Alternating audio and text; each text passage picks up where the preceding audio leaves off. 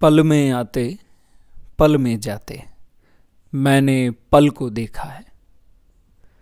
कोशिश करते हैं जो शब्द मेरे पिता गुरु पंडित अवध किशोर पांडे, उन्हें उनके द्वारा बनाया गया ये गीत है, जो इसके शब्द हैं उसकी शब्द रचना भी उन्हीं की है और कॉम्पोजिशन इसमें खैर मेरी है शायद,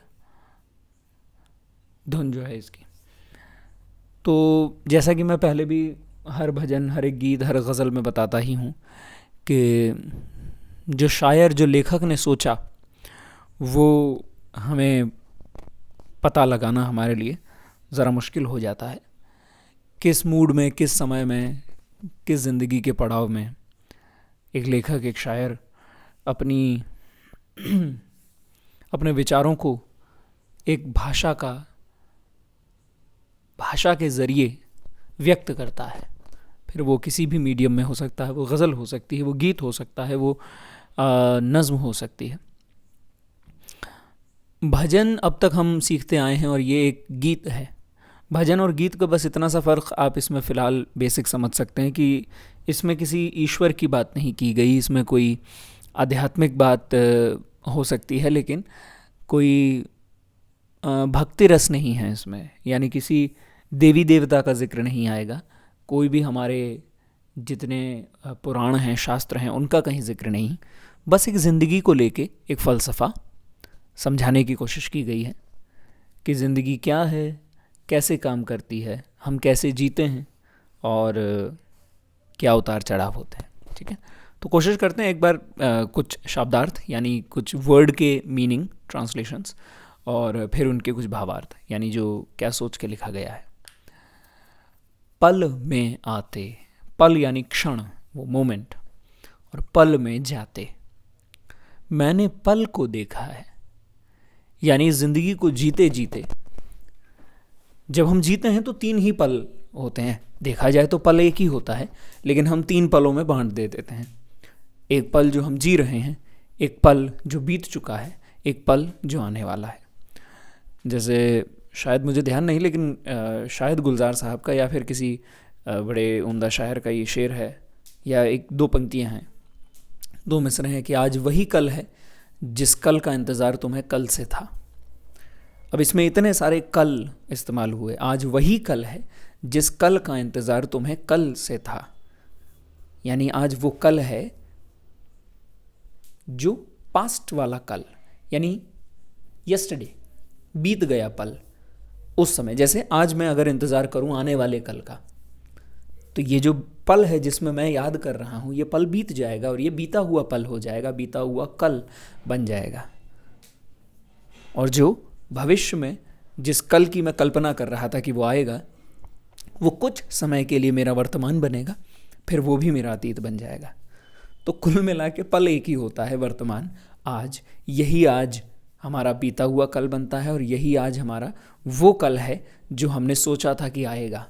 तो आज वही कल है जिस कल का इंतज़ार तुम्हें कल से था। तो जो आज मैं अगर वेट कर रहा हूँ कि कल कुछ होने वाला है, तो वो जब होगा तब वही वर्तमान, वो मेरा वर्तमान बन जाएगा और फिर वो बीत के अतीत हो जाएगा। तो पल में आते पल में जाते, मैंने पल को देखा है। जब मैं जी रहा हूँ आज इस वक्त, तो मुझे पता है ये चीज़ मैं जो रिकॉर्ड कर रहा हूँ ये मेरा अभी का पल है, ये मैं अपलोड कर दूंगा, ये मेरा बीता हुआ पल हो जाएगा। और जब मैं ये रिकॉर्ड कर रहा हूँ ये इसका जो पूरा भावार्थ, तब भी मुझे पता है कि ये पल बीत जाएगा, यानी इसी ही पल में मुझे मालूम है कि ये पल जाने वाला है। और इसी ही पल में मुझे ये भी पता है कि अगला कौन सा पल आने वाला है। मतलब फॉर श्योर नहीं हूँ, लेकिन हाँ एक अंदाज़ा है। क्यों अंदाज़ा है? क्योंकि मुझे मालूम है कि मैं अभी इस गीत की व्याख्या करूँगा तो कम से कम 5 मिनट और व्याख्या करूँगा, तो आने वाले 5 मिनट तक का मुझे अंदाज़ा है कि शायद ऐसा होगा। फिक्स है कि नहीं वो मालूम नहीं, कुछ भी हो सकता है, लेकिन हाँ एक अंदाज़ा है कि पल में वो पल आने वाला है और मैं इसी पल में देख रहा हूँ उस पल को आते हुए। अपने आप को ही आगे का पूरा गीत समझाते हुए मैं देख रहा हूँ, यानी जो आने वाला पल है उसे मैं इसी पल में देख रहा हूँ कि वो आ रहा है, और यही पल जिसमें मैं ये चीज़ें समझा रहा हूँ उसे जाते हुए भी देख रहा हूँ, और वो ये सब काम मैं किस में कर रहा हूँ, इसी पल में है। थोड़ा अच्छा शब्दों का खेल है, फ़लसफ़ा है, एक दर्शन है ज़िंदगी का। तो पल में आते, पल में जाते, मैंने पल को देखा है। गिरगिट जैसा रंग बदलते। गिरगिट एक जीव होता है, आप शायद जानते होंगे, जो जिस भी ऑब्जेक्ट पर, जिस भी जगह बैठ जाए वो उसी के जैसा बन जाता है। अगर वो पत्ते पे बैठा है तो वो हरा हो जाएगा, अगर वो मिट्टी में बैठा है तो वो भूरा हो जाएगा।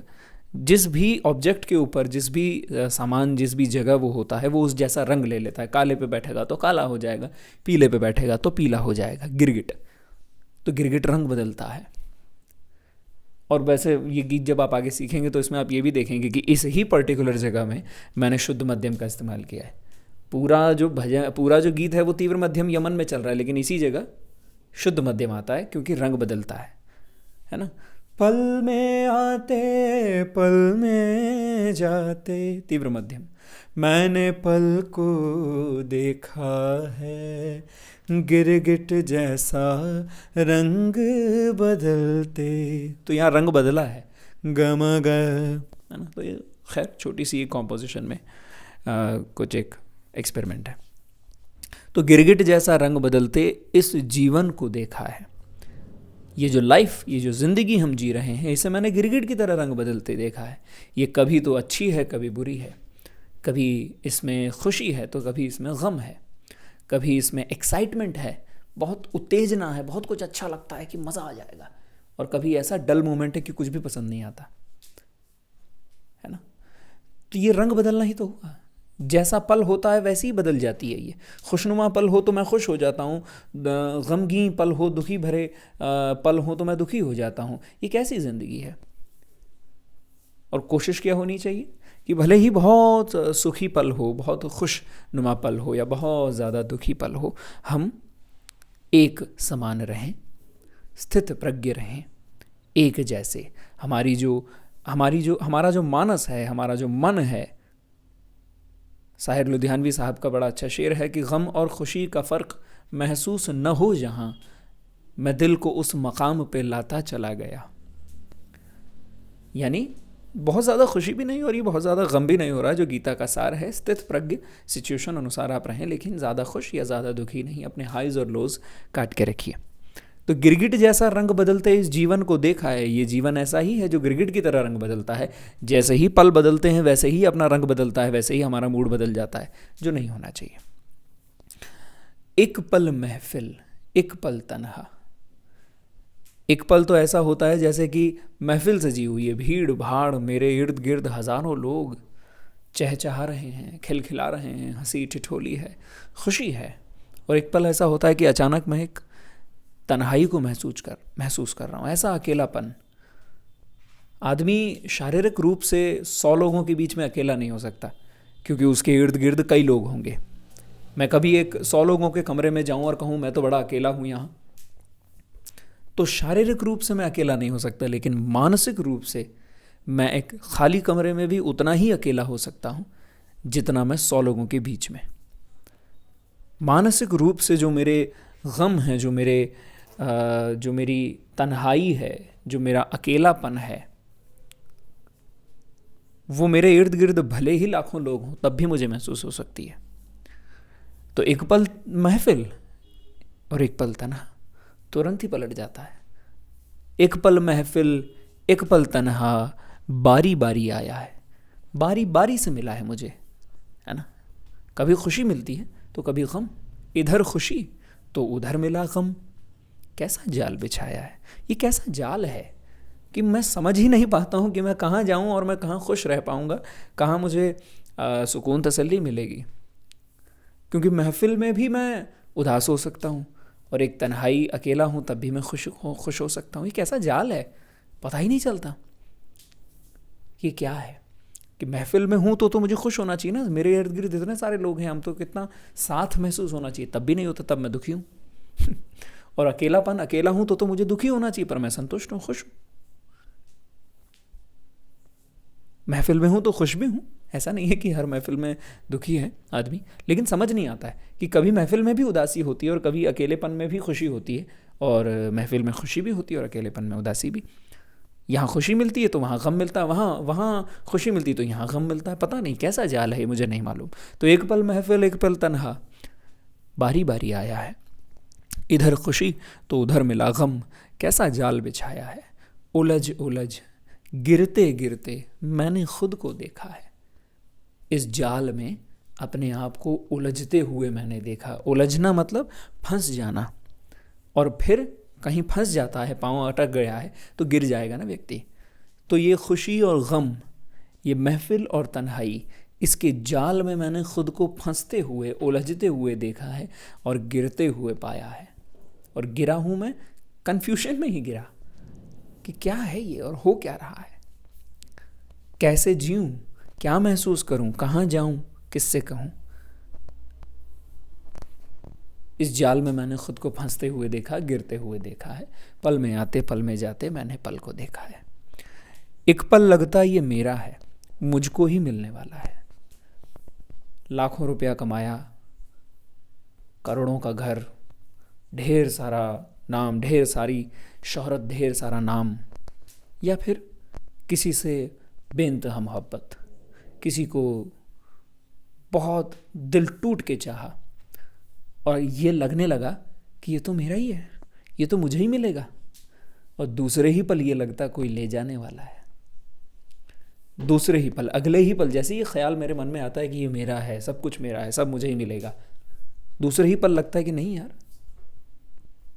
ज़िंदगी तो बड़ी टेम्पररी है, परमानेंट थोड़ी है, जैसी सोची वैसी नहीं होने वाली है। अभी ज़रूर मुझे लग रहा है कि ये मेरा है, मेरा बनाया हुआ है, ये मैं अहम आता है, मगर अगले ही पल एहसास हो जाता है कि नहीं, ऐसा नहीं है। आज जहाँ मैं हूँ कल कोई और होगा। वो भी एक दौर था, ये भी एक दौर है। ज़रूरी नहीं है कि ये सब मेरा ही रहे, मेरा ही बनाया है तो मेरा ही रहे, नहीं, कल किसी और का हो जाएगा। मैं एक कल बन जाऊँगा, मुझे ही नहीं पता चलेगा। तो एक पल लगता ये मेरा है, मुझको ही मिलने वाला है, दूसरे ही पल ये लगता है कोई ले जाने वाला है। सोने का जो दिखता घड़ा था, मैंने उसमें विष देखा है। ये सोने का घड़ा है, ये नाम, शोहरत, पैसा, ज़िंदगी, लोग, मोहब्बत, ये सोने का घड़ा लगता है। यानी सोने का घड़ा यानी ऐसी चीज़ जिससे कि सब कुछ प्राप्त हो जाएगा। सिर्फ सोना मतलब इस यहाँ गोल्ड से ही नहीं है, हर तरह का चैन, सुकून, शोहरत, आराम, तसल्ली, वो सब मुझे लगता है कि इस घड़े में है। ये घड़ा क्या है? ये ज़िंदगी, ये नाम, पैसा, शोहरत, ये वो घड़े के अंदर के पदार्थ हैं जिनसे मुझे लगता है कि आनंद आएगा। लेकिन इसमें विष है, जहरीला है। ये कैसे जहरीला है? क्योंकि जब मैंने इन्हें पाया तो मैंने तो सोचा था कि मैंने बहुत कुछ पा लिया, लेकिन इसने मुझे मार दिया, अंदर से खोखला कर दिया, ख़त्म कर दिया मुझे। ये ऐसा विष था। पैसे में अंधे हो गए, नाम में, रुपयों में, लोगों में, इच्छाओं में। तो एक फ़िलॉसफ़ी है, एक दर्शन है ज़िंदगी का इस गीत में। अपनी लिमिटेड समझ से मैंने कोशिश करी है इसे बताने की। जिन्होंने लिखा उन्होंने किस मयार पे सोचा होगा, क्या गहराई रही होगी, वो मैं नहीं जानता। लेकिन मैं अपनी उम्र, अपनी अनुभव और भाषा की अपनी समझ से आपको ये गीत समझाने की कोशिश कर रहा था। उम्मीद है आपको समझ आया होगा। अब आगे के जो वीडियोज़ हैं उसमें आप इसे गा भी सकते हैं, सीख सकते हैं इसकी धुन और अच्छे से गा सकते हैं।